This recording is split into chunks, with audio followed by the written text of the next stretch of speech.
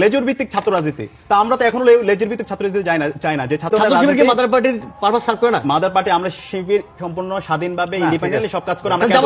একটা দিনের জন্য জামাত ইসলামের তো সম্পর্কটা কেমন সম্পর্ক অবশ্যই তাদের সাথে আমাদের আদর্শ সম্পর্ক কিন্তু আমি চ্যালেঞ্জ করছি একটা দিনের জন্য জামাতের এজেন্ডা আমরা ক্যাম্পাসে ডাকসুর নেতৃবৃন্দ যারা ছিল তাদের উপর হামলা হলো আমি আশা করেছিলাম আমাদের শ্রদ্ধা আমান ভাই জাতির কাছে হাত তুলে বলবে আমরা এই ঘটনার জন্য প্রকাশ্যে ক্ষমা চাই এটা একটা কলঙ্কজনক অধ্যায় আমরা রচনা করেছি আমরা আর জীবনে কখনো এই ধরনের কাজ মবক্রেসি হচ্ছে মবক্রেসির উৎপত্তি স্থলের নাম হচ্ছে মগবাজার মবক্রেসির প্রবর্তক প্রচলক এরা হচ্ছে মনে করেন ইসলাম ছাত্র শিবিরের লোকজন এবং মবক্রেসি মনোপ্রাণে লালন ধারণ করতেছে জাসি মানে জামাত এবং শিবির এ বিষয়ে বাংলাদেশের মানুষের কোনো সন্দেহ নাই মব এবং এটা নিজের নামে করতে না পারলে তখন তাদের যে বিসি টিম আছে এবি জুবাইর মুসাদ্দিকদের মতো এরকম এদের দ্বারা এটা ওনারা করেন। লেজুর ভিত্তির কথা বললেন এটা ওই যে মাহফিলে বলেন না সিলে বলেন নাউজুবিল্লাহ এরকম বলতে মন চাইতেছে বাংলাদেশে 5ই আগস্টের পরে লেজুর ভিত্তির রাজনীতি চলবে না এই কথা বলে ছাত্র রাজনীতি বন্ধের যে পায়তারা করছিল সেটাও শিবিরের নেতাকর্মীরা বিভিন্ন গুরুত্বভাবে করছে। আচ্ছা ঠিক আছে ওই পর্যন্ত মানলাম কিন্তু সেই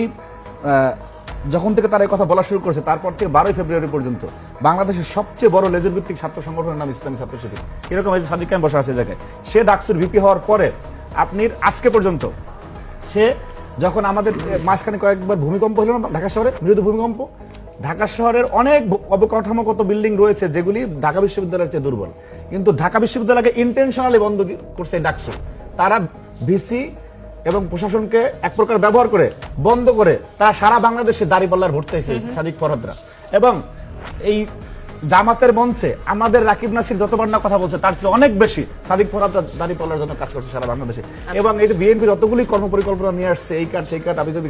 এই যে ফ্যামিলি কার্ড রাগ ভুয়া এসে এই সাদিক খানের সোচ্চার কণ্ঠ ছিল এটা ডাকসুর জন্য যতটুকু কাজ করা উচিত বাংলাদেশ ঢাকা বিশ্ববিদ্যালয়ের শিক্ষার্থীরা তাকে যে ম্যান্ডেট দিয়ে এখানে বসাইছে সেই ম্যান্ডেটের চেয়ে অনেক বেশি সময় সে জামাতের পিছনে ব্যয় করছে এটা কোন ধরনের লেজুর ভিত্তি সে উদাহরণ দেব সুতরাং লেজুর ভিত্তির নিকৃষ্ট উদাহরণ সাদিক ফরহাদদের মাধ্যমে এই বাংলাদেশ হয়েছে 5ই আগস্টের পরে অথচ ওনারা বলে লেজুর ভিত্তির রাজনীতি চলবে না এটা হলো স্পষ্ট মুনাফিকের একটা জ্বলন্ত উদাহরণ। ডাকসুর ভিপি এখন আপনার কি ডাকসু ভিপি বেশি প্রিয় নাকি ঢাকা দক্ষিণ সিটি কর্পোরেশন মেয়র বেশি প্রিয়? অবশ্যই আমার কাছে আপনি ঢাকা দক্ষিণ সিটি কর্পোরেশনের মেয়রের জন্য আপনিও নানা জায়গায় মিডিয়ায় বলছেন আপনার যারা সমর্থক বসে তারা ফেসবুকে মোটামুটি আপনার ভিপি হিসেবে নমিনেট করে দিয়েছেন আমরা শুনতেছি তাদের মাধ্যমে জামাত ইসলামী আপনাকে মনোনয়ন দিচ্ছে। দুইটা কোশ্চেন একটা হইতেছে যে আপনি তো এখনো শিবিরের একজন সম্পাদক আন্তর্জাতিক সম্পাদক ভুল না করি জামাত আপনাকে নমিনেশন দিতে পারে কিনা এক নম্বর কথা আপনি বলছেন আপনারা লেজুর ভিত্তি করেন না জামাতের আপনি জামাত থেকে নমিনেটেড হইতে পারেন কিনা এক নম্বর। দ্বিতীয় আলোচনা হইতেছে যে আপনার ডাকসুর এখনো 6 মাসের মতো মেয়াদ আছে 5-6 মাস আছে এবং আমরা শুনতেছি আজকেও এলজিডি মন্ত্রণালয়ের মন্ত্রী মির্জা ইসলামকে বলছেন খুব দ্রুতই ইলেকশন হওয়া শুরু হবে ইলেকশন শুরু হলে আপনার মেয়াদ থাকাকালীন সময় আপনি আবার ঢাকা দক্ষিণ সিটি কর্পোরেশন ইলেকশন কেমনি করবেন?